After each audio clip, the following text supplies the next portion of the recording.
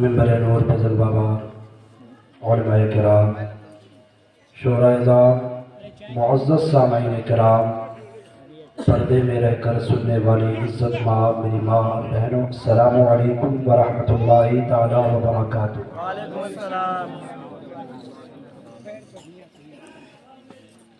الحمد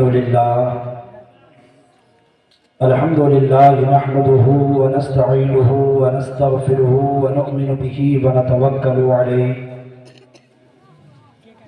ونعوذ باللہ من شرور انفسنا ومن سیئات اعمالنا، من يهده الله فلا مضل له ومن يضلله فلا هادي له، ونشهد أن لا إله إلا الله وحده لا شريك له، ونشهد أن سيدنا ومولانا محمدا عبده ورسوله، أما بعد فأعوذ بالله من الشيطان الرجيم، بسم الله الرحمن الرحيم،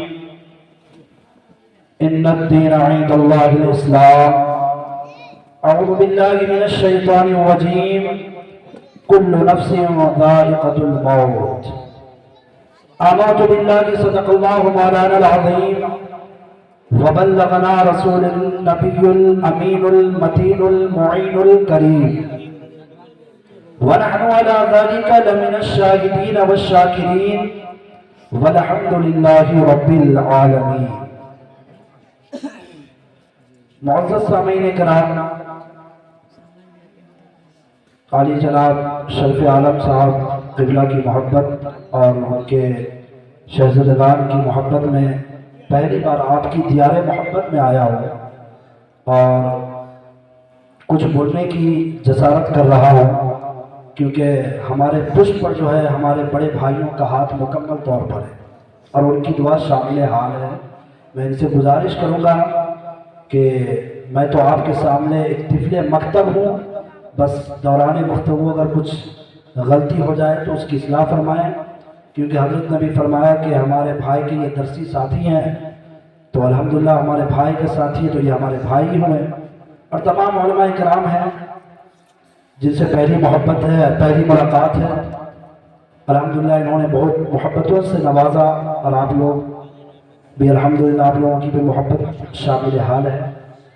میں زیادہ وقت نہیں لوں گا، چند منٹوں میں کچھ اچھی باتیں کر کے میں اپنی جگہ لے لوں گا، کیونکہ سردی کا موسم ہے اور آپ حضرات بھی بیٹھے ہوئے ہیں، پھر کل بہت سارے ایسے لوگ ہیں جن کو کام میں بھی نکلنا ہے، ڈیوٹی میں نکلنا ہے۔ تمام چیزوں کا خیال کرتے ہوئے میں کچھ باتیں کہوں گا، اور آپ سے میں یہی گزارش کروں گا کہ بغور سنیں اور عمل کرنے کی کوشش کریں۔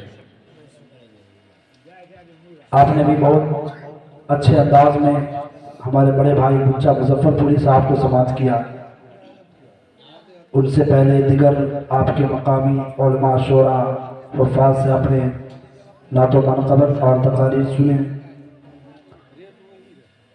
تھوڑی دیر میں بھی لے لوں، اجازت ہے؟ بادہ توحید کے متوالوں، شمع نبوت کے پروانوں، شہدائے ملت کے جانثاروں، اولیاء امت کے طلبگاروں، غوث و خواجہ رضا کے دیوانوں، سرور کونین، سلطان الدارین، سید الثقلین، نبی الحرمین، امام القبلتین، صاحب قاب قوسین، محبوب رب المشرقین ومطلوب رب المغربین، جد الحسن والحسین، صبح کائنات کی شمس الضحیٰ، شام کائنات کے بدر الدجا، محمد عربی روح فدا صلی اللہ علیہ وسلم کے بارگاہ مقدسہ میں آئیے قرآن اپنی غلامی کا ثبوت دیتے ہوئے باواز بلند درود پاک پڑھیے۔ اللہم صلی علی سیدنا و مولانا محمد البارک وسلم، صلو علیہ صلاۃ و سلام علیک یا رسول اللہ صلی اللہ تعالی علیہ وسلم۔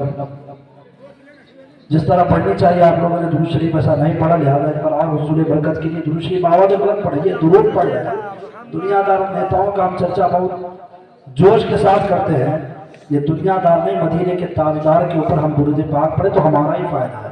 پڑھیے اللہ رب محمد صلی اللہ علیہ وسلم نحن عباد محمد صلی اللہ علیہ وسلم.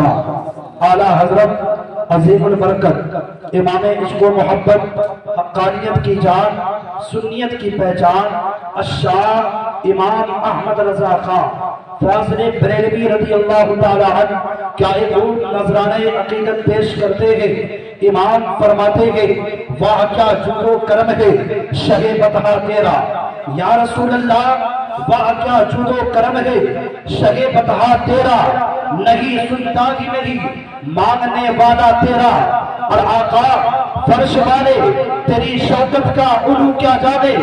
یا رسول اللہ یہ زمین پر رہنے والا انسان آپ کی شان و شوکت کا اندازہ کیسے لگائے.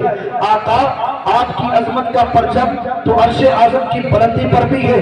میرے امام فرماتے ہیں یا رسول اللہ فرش والے تیری شوکت کا علو کیا جانے. خسروا عرش پہ اڑتا ہے پریرا تیرا.